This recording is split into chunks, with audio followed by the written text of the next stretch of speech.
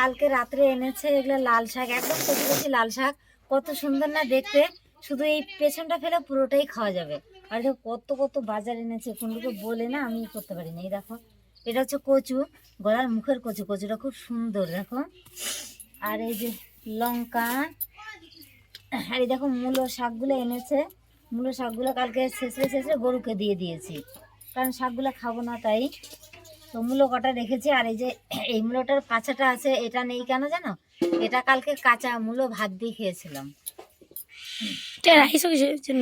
আমি খাই, আমার শ্বশুর মশাইও খায়, ভালোই লাগে কাঁচা মূলো। বাবা খায় না? না, বাবা খায় না। এই দেখো বাঁধাকপি খাবো মা। হ্যাঁ খাবা। এই যে ফুলকপি দুটো। ফুলকপি কেন না? ফুলকপি ভালো না। এ মা সব সবজি লাগে না। এই যে মূলো, বাবা অনেক কিছু এনেছে। এই দেখো এই যে উস্তে, সিম, আলু। হ্যাঁ সত্যি অনেক। বটবটি তো আনে না, যেগুলো ভালো সেগুলো আনে না। দাদা রে, এই সদ দাদা না বদ দাদা কোনটা? এই তুই কোনটা রে? ওই দেখো দেখো, ওই যে আর একটা কই রে, ও এটা ছোটটা।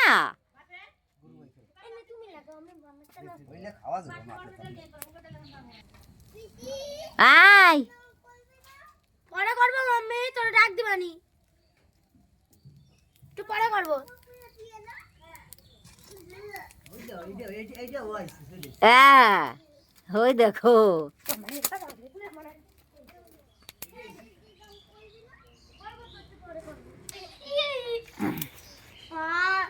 আমরা পিঠা নষ্ট হয়ে গেল।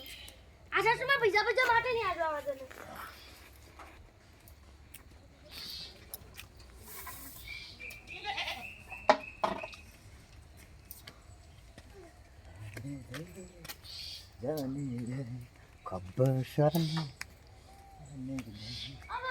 ওই জন্য রোদ বৃষ্টি সব জায়গায় সুন্দর দেখা যায় গো। সে থাকতেই পারে, না থাকার কি হলো। মাঠে নিয়ে আসবো আমার মাঠে, ভিজা ভিজা মাঠে। এই দেখুন বানাইছি, এটা বলে তো কি? ঘোড়ার ডিম। ও কপি চারা। ও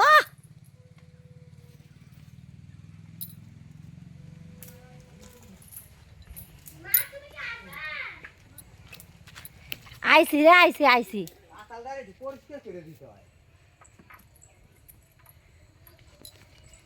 এই তোর আইসিস কে? যাই না ওইদিকে ছোট দাদা। এই দেখো কুন্ডুর সঙ্গে যাচ্ছি আমি বাজারে বগুলায়, আর যাবো হচ্ছে সীমাদিদের বাড়ি। ফোন করিনি, গিয়ে পাবো কিনা সেটাই ভাবছি। দেখা গেল আমার কম্পিউটার জোগাড় গেল। কুন্ডু আমাকে নামিয়ে দিল নোয়াগঞ্জের মোড়ে। এবার ওই যাচ্ছি মার্কেটের দিকে, কারণ ও সবজি বাজার করবে। ততক্ষণ আমি হচ্ছে সীমাদির বাড়ি থেকে ঘুরে আসবো। কি বলো তো, আজকে না গেলে না প্রতিদিন টাইম পাবো না, বুঝতেই পারছো তোমরা। কারণ কী বলো তো, ব্যাংকে যেতে হবে তো, কাগজপত্রগুলো আমাদের দলের একজন বাদ দিয়েছে, তো সেই কাগজপত্রগুলো আমার ব্যাংকে জমা দিতে হবে। আর তার আগে সীমাদির খাতাটা দেখাতে হবে, চেক করতে হবে। কারণ চেক না করলে তারপর। আর কথা বলতে বলতে দেখো কোথায় চলে এসেছি আমি। এই যে বগুলা ফাউন্ডেশন, বগুলা নেশামুক্তি সেন্টার। এখানে নেশাগ্রস্ত মানুষদের এই ঘরটায় রাখা হয়। ওই দেখো এখান থেকে ভালো করে দেখা যাচ্ছে। ওই যে তো কতটা দূর হাঁটতে হাঁটতে চলে এসেছি, মানে হেঁটেই যাচ্ছি। সাইকেলে কুন্ডুর একটা সাইকেলে এসেছি, তো চলে গেল। এখন আমার হেঁটেই যেতে হবে সেই মসজিদ পার করে। আর এই যে গাড়িগুলাই করে নিয়ে আসে, এই দেখো গাড়িতেও পেছনে তাই লেখা আছে। এবার আমি আবার হাঁটতে লেগেছি দেখো। তো এখন যাব কোন জায়গায় বলো তো? গোষ্ঠগোপাল দাসের যে বাড়ি আছে না, তোমরা যে বাউল গান শোনো, বিখ্যাত শিল্পী ছিল গোষ্ঠগোপাল দাস, সেই বাড়ির সামনে দিয়ে যাব। ওই যে দেখো বাড়িটার সামনে প্রায় চলে এসেছি। ওই যে ঝোড় জঙ্গল হয়ে রয়েছে বাড়িটা দেখো, কারণ এখানে না অলরেডি কেউ থাকে না, তাই জন্য এত। এই যে এই বাড়িটা, এই যে নদিয়া মার্বেল যে মানে স্টিকার লাগানো আছে, এই বাড়িটা, এই যে গেটটা দেখো ভালো করে। তো আমি সেখান দিয়েই যাচ্ছি। এই যে হ্যাঁ, এই তো এই গেটটা। আর ভিতরে আরও বেশি ঝোড় জঙ্গল একদম। তো আমি এর সামনে দিয়েই এখন যাব। ওই যে দেখো গরু কোথায় খাচ্ছে দেখেছো, পাশেই কিন্তু পুকুর, ওখানে নোংরা আবর্জনা আছে, ওখানে দাঁড়িয়ে দাঁড়িয়ে খাচ্ছে। ওই দেখো যে বাড়িটা না দেখালাম, ঠাকুর যে দোকান হয়, জঙ্গল, বগুড়ার ওটাই যত হচ্ছে ঠাকুর আছে গোপালের বাড়ি। এখানেই আর ওই দেখো বিসর্জন দেওয়া এখনো হয়। দেখা যাচ্ছে। কারণ কি ওটা এখন ঝোড় জঙ্গল হয়ে পড়ে রয়েছে, কেন বলো তো? কারণ কি হচ্ছে, ওখানে আর কেউ থাকে না। তো আবার সামনে এগোচ্ছি আমি। তিনি তো মারা কিন্তু গিয়েছে। একটাই ভুল করে ফেলেছি, এবার সীমাদিকে একবারও ফোন ছেলেপেলে যে করলাম আছে না, তারা যদি খেতে। দেখা না হয়। জানি না আছে কি আছে কপালে।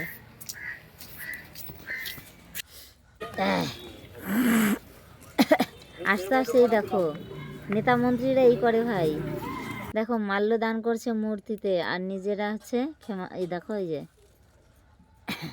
আর আস্তে আস্তে চলে এসেছি, মসজিদ পার করে চলে এসেছি, এই পুকুরটার সামনেই হচ্ছে সীমাদির বাড়ি। আর দেখো পানা পুকুর, পানা ফুলগুলো কি সুন্দর ফুটেছে পাশ দিয়ে।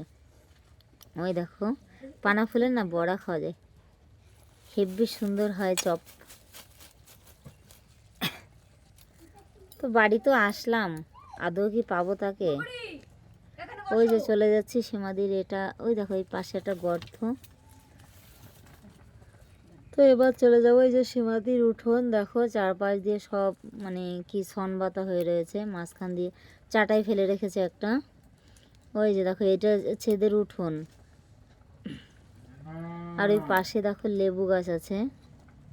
আসলে উনি পায় তো, সরকার থেকে পায়, এগুলো আমাদেরও পাওয়ার কথা কিন্তু আমরা পাই না।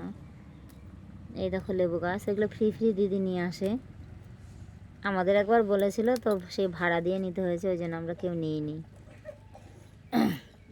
কারণ বিডিও অফিস থেকে আনার চার্জটা আমাদের দিতে হবে, ওই জন্য ভেবেছি ধর দরকার নেই।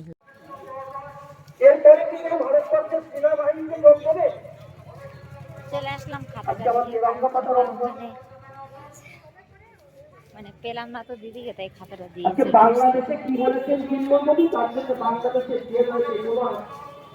এবার পুকুর আসার অপেক্ষা, পুকুর আসলে চলে যাবো বাড়িতে।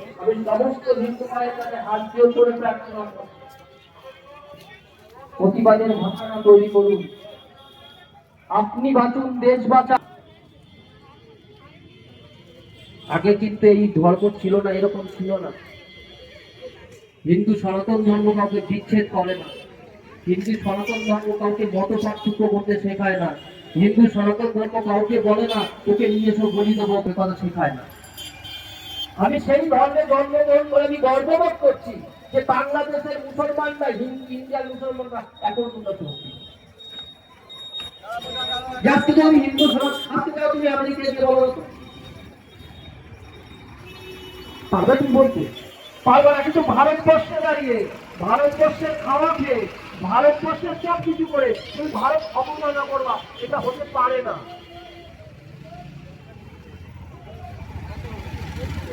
আমি সমস্ত হিন্দু ধর্মের করে প্রার্থনা করছি, মা বোনেদের কাছে হাত জোড়ে প্রার্থনা করছি, প্রতিবাদের ভাষাটাকে গড়ে তুলুন, প্রতিবাদটাকে গড়ে তুলুন। এত সুন্দর মোবাইল ঘরে মোবাইল দেখছে আর দেখতে থাকা পাঁচটি খবরের এটা যেন পুতুল খেলা হচ্ছে, এটা সহ্য করবেন না।